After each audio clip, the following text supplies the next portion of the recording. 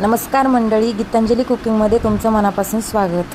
तर मी आज खव्याचे गुलाबजामुन बनवत आहे। तर मी अर्धा किलो खवा घेतलेला आहे। त्यामध्ये मी 1 वाटी रवा, 1 चुटकी सोडा, खायचा सोडा चांगलं एकजीव करून अर्धा तास भिजत ठेवायचा आहे, म्हणजे रवा त्यामध्ये फुगून येईल।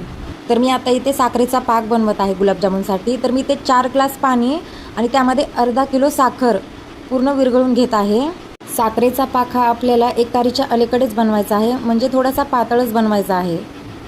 इकडे खवा आपण परत एकदा चांगला मळून घेणार आहोत, कारण त्यामध्ये रवा खूप छान असा फुगलेला आहे आणि त्याला परत एकदा मळून एकजीव करून घ्यायचा आहे।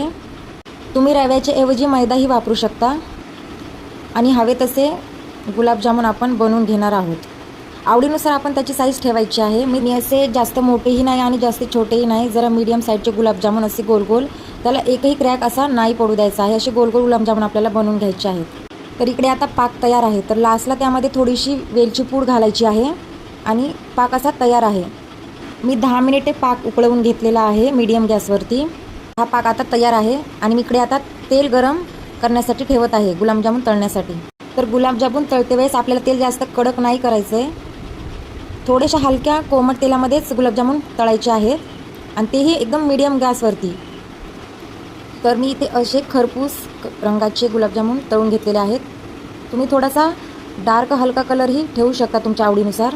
तर मी इथे साखरेचा पाक कोमट आणि गुलाबजामुन मी थोडेसे कोमटच ठेवलेले आहेत, जास्त गरम नाही आहे, दोन्हीही मीडियमच गरम आहे। त्यामध्ये मी हे सोडत आहे गुलाबजामुन आता, आणि 3 ते 4 तासामध्ये पूर्ण पाक हा गुलाबजामुन पिऊन घेईल आणि एकदम रसरशीत गुलाबजामुन तयार होईल। तर रेसिपी आवडल्यास शेअर आणि चॅनलला सबस्क्राईब नक्की करा। तर आता इथे 4 तासाच्या नंतर मी हे गुलाबजामुन पहा किती छान दिसत आहे, खूप सुंदर आणि खूप रसरशीत झालेला आहे gulab jamun.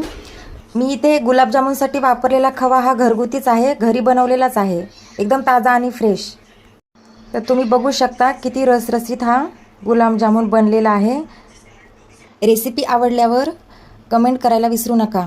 Bye bye, take care, आणि माझ्याकडून सर्वांना नागपंचमीच्या खूप खूप शुभेच्छा।